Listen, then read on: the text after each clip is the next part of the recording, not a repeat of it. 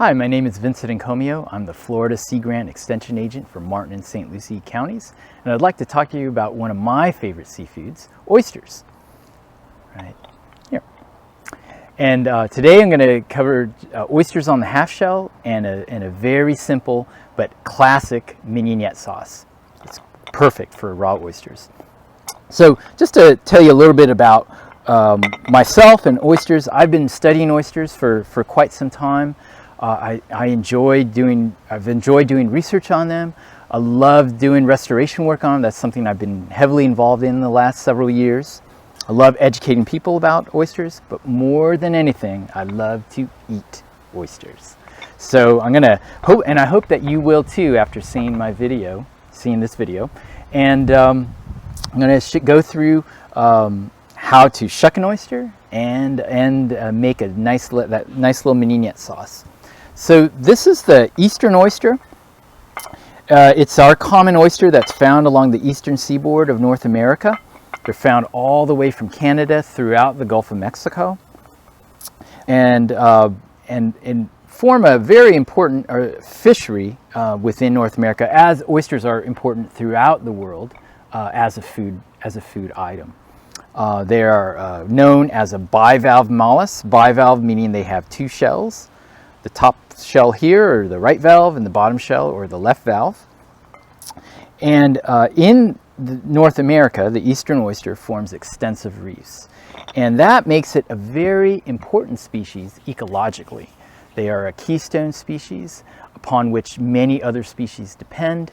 They form extensive reefs. They're actually the most dominant reef-forming organism in temperate waters. When you get in the tropics, then it's the corals. They can filter the water. An adult oyster can filter from 20 to 50 gallons of water per day.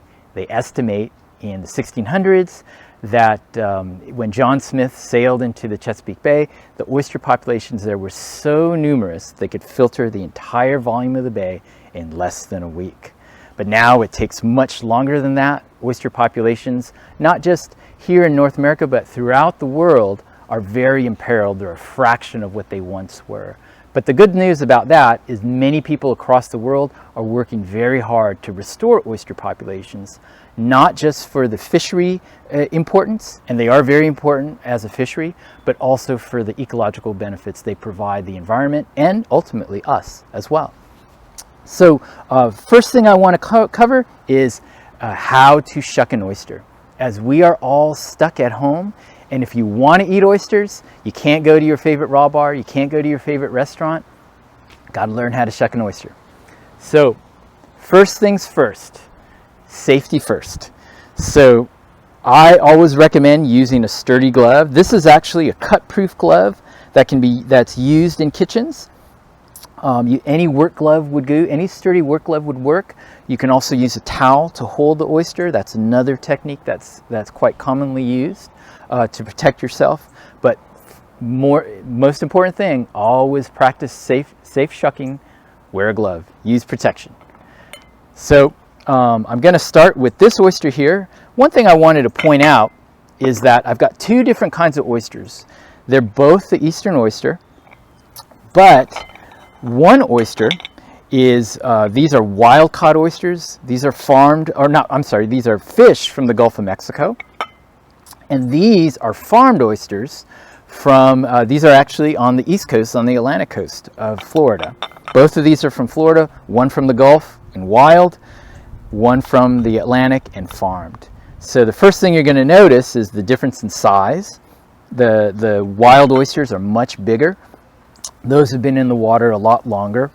The shells are a lot rougher in appearance. That also indicates they've been on the bottom a lot longer, and they're more reflective of a natural oyster reef or oyster bed. While farmed oysters are typically grown in suspended cages, and in Florida they grow them in floating cages. That keeps them up in the water column, and so they can grow pretty fast. These are actually much younger, which is the reason why they're smaller. Even though these are grown very differently, they both taste great. So I'm going to shuck the wild oyster first. So as I mentioned, there's two shells, which is why they're called bivalves. You've got the top shell and the bottom shell, or the cup. This is a standard, typical oyster knife. This is one of my favorite types of oyster knives. This is a New Haven style oyster knife.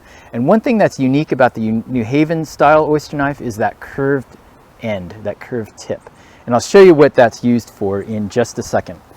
But the first thing you want to do to open an oyster, you take that knife. Right here is the hinge. And there's a ligament there that connects these two shells together. And that's what you want to break. So you take your knife, got that curved side up, insert that into the hinge area. And you kind of work it back and forth like turning a key. And what you're going to try to do is you pop that ligament so that that shell can break. Those two shells can separate. So there you go. I don't know if you heard that, but I pop that ligament. Then I flip it over to where the curved side is down. And what that allows me to do is I can now scrape the knife along the bottom of that top shell. And what I'm doing here is cutting the adductor muscle, or the main muscle that keeps the two shells apart. And there you go. Nice clean shuck. All right. Okay.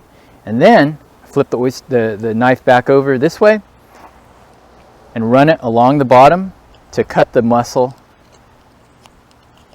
on the bottom. And there you go.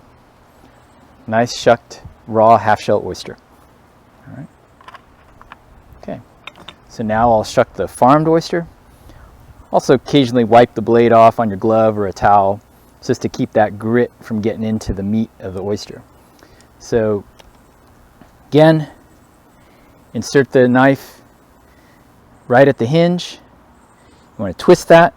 Oops. Sometimes they're a little tricky.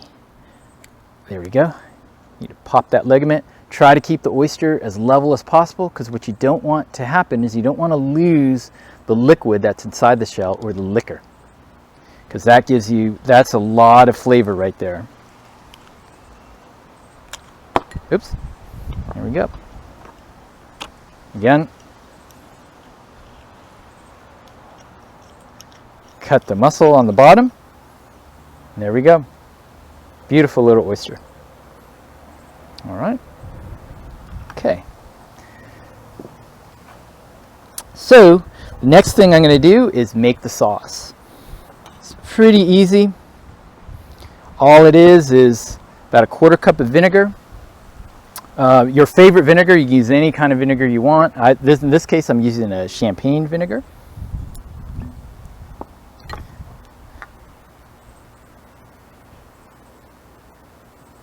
All right. Okay. Goes in here. A tablespoon or so of shallots. These are minced shallots. Mix that up. Add some lemon to that. Usually do it to taste. Okay. And then black pepper. It's coarsely ground. Again, to taste.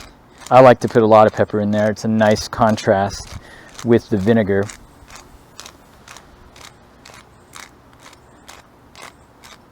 All right. Just mix that up. There you go. That's your classic mignonette sauce for raw oysters. It's great. You don't need a lot, but it really adds a lot to the oyster. So the other thing I like to do, squeeze some lemon on that oyster.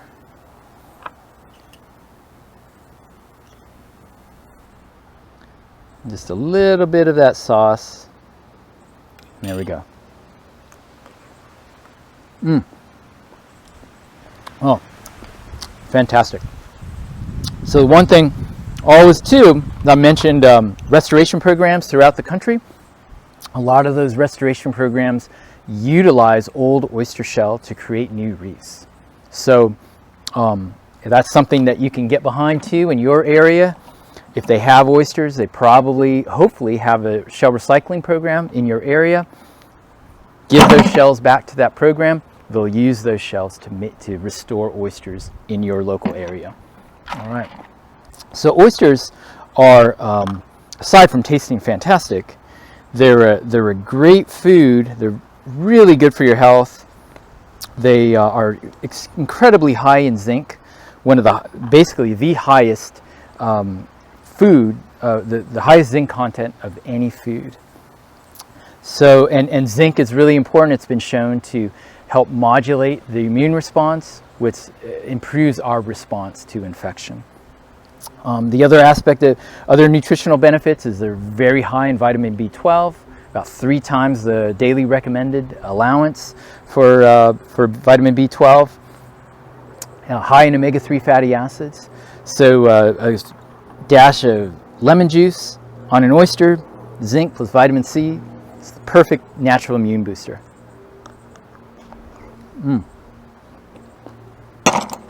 All right. And the nice thing about oysters is you can always feel good about eating oysters, especially farmed oysters. Farmed oysters are typically known as one of the most sustainable seafoods out there. They are feeding on natural food, all oysters, and they're feeding natural food on phytoplankton and algae out in the environment. So very little impact to the surrounding waters that they're being grown in. All right. So the one thing I also want to talk about too is where to get your oysters in Florida and when. So it's typically the traditional months to eat oysters are in the R months, your fall, winter, early spring, November, December, January, for example. And it's typically thought that in the non-R months, it is not safe to eat oysters. It is, you can eat oysters, raw oysters, all year round. And one of the reasons why, what makes that safe is that oysters, the waters where oysters are grown, they are regularly monitored for water quality to make sure that they're safe, that your shellfish is safe to eat. And the original reason for closing harvest or limiting harvest during the summer months is really not for health reasons, but mainly to protect the fishery so that they cannot be impacted when they're reproducing, which is typically the warmer summer months. And even though oysters, in the summer, they do spawn, so they can get thinner and more watery during the summer. A lot of the farm oysters that are the farms that are growing all over Florida now, a lot of those oysters are triploid oysters. They don't reproduce, so they're devoting all their energy into growth, resulting in a meatier oyster throughout those summer months. So that's still a good product.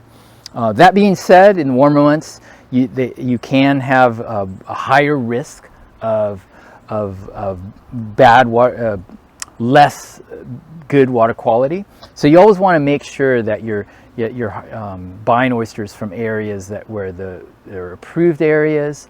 Always look at the shellfish tag to see when and where your oysters were harvested. But you can eat oysters all year round. And eating raw oysters does pose a risk for people that are immunocompromised, might have chronic liver or bloodborne diseases. So in those cases, I recommend that you cook your oysters and don't eat them raw. But cook, maybe a future recipe that we can have is for some cooked oysters. All right. And as far as getting oysters, these oysters I had delivered straight to my door from all the way across the Gulf of Mexico and a couple hours away from the Indian River Lagoon. Within days of harvest, they were at my front door. So you can get fresh shellfish right now, and it's a great product, and it's a great way to support our seafood industry and our oystermen and oyster women that are now growing oysters throughout the state. So in closing, I hope that you enjoy this little recipe. I hope that you like oysters as much as I do. And stay tuned for more seafood recipes at Florida Seafood at your fingertips. All right.